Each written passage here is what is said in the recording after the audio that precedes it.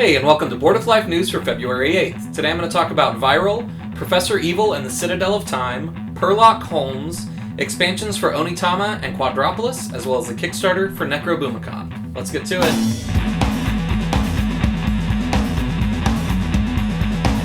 Hey, I'm Chris. Welcome to Board with Life News. Up first, Dice Tower Essentials and Arcane Wonders announced Viral. This is going to be a 2 to 5 player area control game with a really unique theme where all the players play viruses trying to infect different organs of the human body. So you're trying to get the area control over certain organs. But there's a twist where if too many viruses are on any specific organ, the body will fight back with blood cells or whatever. I don't know how bodies work. And get rid of those viruses. So it seems like a fun, interesting theme on kind of an old classic mechanic. So that's pretty exciting. And it's going to be out August of 2017. Passport Games and Funforge announced Professor Evil and the Citadel of Time. This is a 2 to 4 player game where you take on roles of, adventurers, where you're infiltrating Professor Evil's Citadel labyrinth thing, trying to steal back artifacts that he's stolen, like Da Vinci's Notebook and things of that nature. There's not a lot more information on it, but it's by the designers of Elysium, so that's very encouraging, and it's got really nice artwork, so definitely excited about this one. IDW Games announced Sherlock Holmes, Furiarte's Tale. This is a 2 to 5 player card-based board game where you are new recruits at Scotland Pound, and you're trying to track down Furiarte and his gang or whatever and catch them. I don't know. It's Cats meets Sherlock, which Sherlock is a really hot kind of board game theme these days, and cats are always hot, so we'll see if those are two great tastes that taste great together. It's going to be out in August of this year.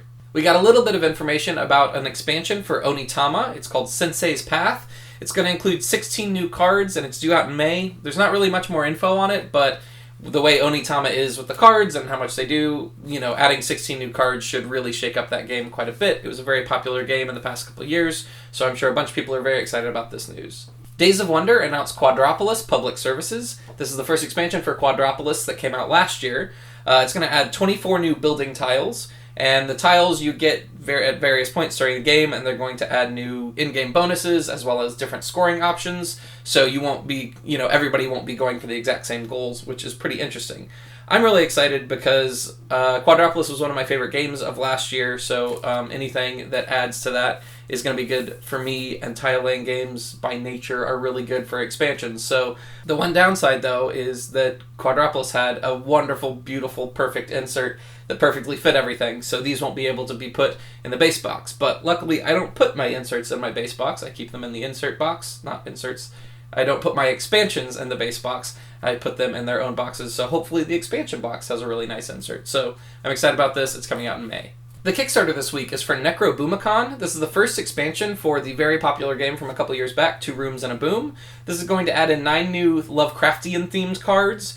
It's specially designed to kind of make the game work better with smaller groups, where normally 2 Rooms and a Boom is great because it's a game that you can play with a group of 18 people or something like that, so it's really fun for really large groups. But once you get less than 10 people, it doesn't work quite as well. So this, they say, should work great with a group of 6, so that's really exciting. It is $5 right now on Kickstarter for the expansion, but if you weren't able to get 2 Rooms and a Boom because it's been out of print for a while, for $25 you can get the base game as well as the expansion. So definitely check that out if you're the type of person that often has big groups of people that want to play games. Alright, that's the news for this week. Thanks so much for tuning in. Make sure you subscribe to this channel. Make sure you follow me on social media. I'm at Bryan Games on Twitter and Instagram. And also make sure you check out my Patreon, because that's how I can do this stuff. And yeah, that's great. So this week's question comes from @Chromuses. I have no idea how to pronounce that, via Twitter. And they ask, what designer is most likely to get you to purchase their game with the least information provided? There's only a couple of designers that I'll usually blind buy everything they do. Uwe Rosenberg was a big one. I don't do it quite as much. His games are now often really expensive, and if it seems a lot like one of the other games he's made, I won't necessarily do that. They're a little bit heavier than I usually get to my group these days too, so they just don't get as much play. But I still really, really love Uwe Rosenberg. Stefan Feld is probably the easiest for that. I have played almost all of his games. I generally blind buy everything that Stefan Feld makes. I absolutely love him. More recently, Alexander Pfister in the past couple of years has done nothing but just wonderful games. So pretty much everything Alexander Pfister makes, I'm going to buy no matter what.